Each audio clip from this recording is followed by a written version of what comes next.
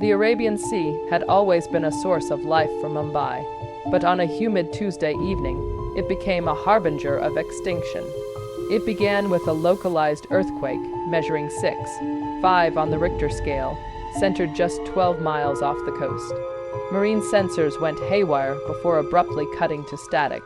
Deep beneath the waves, a prehistoric malice had been stirred.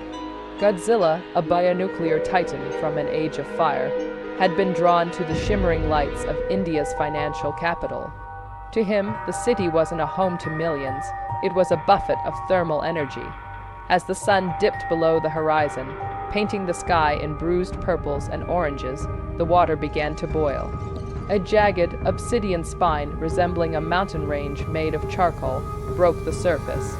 The gateway of India stood small and fragile as the Titan rose, water cascading off his massive frame like waterfalls.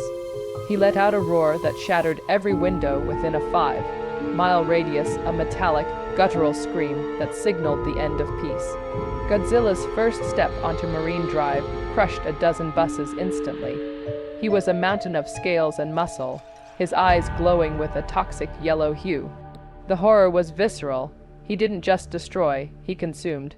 With a flick of his massive tail, skyscrapers crumbled like sandcastles.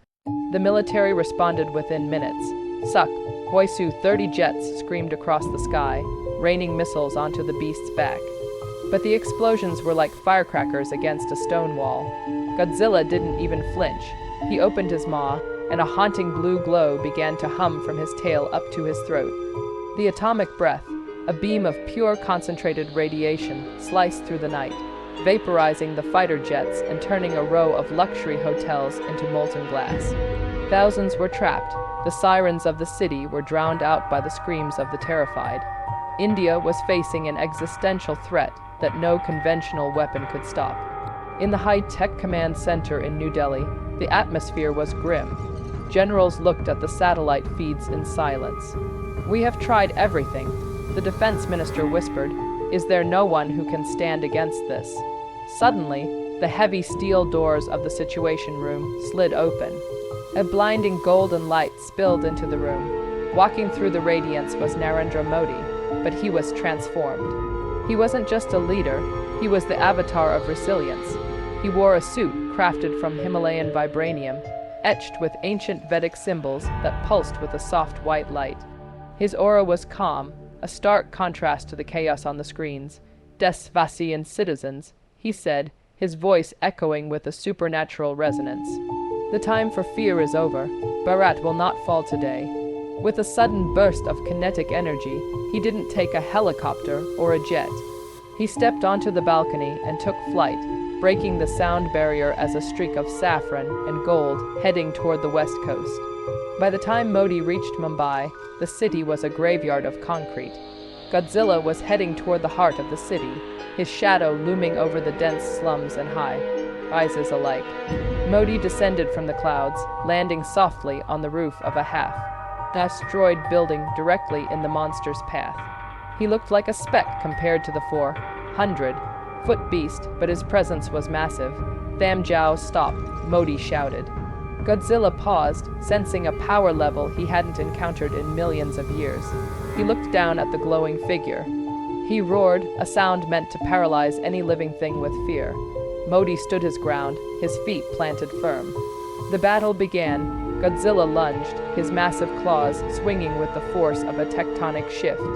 Modi moved with the grace of a master yogi, dodging the strike and delivering a counter punch charged with Atmanirbar energy. The impact sent a shockwave through the air, actually staggering the giant. Godzilla, enraged, began to charge his atomic breath. The air around him ionized, but Modi knew the ancient secrets of the land. He raised his hands, invoking the strength of the 5 elements. Prithvi, Agni, Vayu. The earth beneath Godzilla's feet turned to quicksand, trapping his massive legs. The winds gathered into a cyclone, dissipating the radioactive gases forming in the monster's throat. Modi then summoned a shield of pure solar energy, reflecting the blue atomic beam back at the monster. Godzilla shrieked in pain. He had never been fought with such precision. This wasn't just brute force. It was the calculated wisdom of a superhero who knew that the strength of a nation was behind him. The fight moved back toward the ocean. Modi realized that to save the people, he had to drive the beast back to the depths.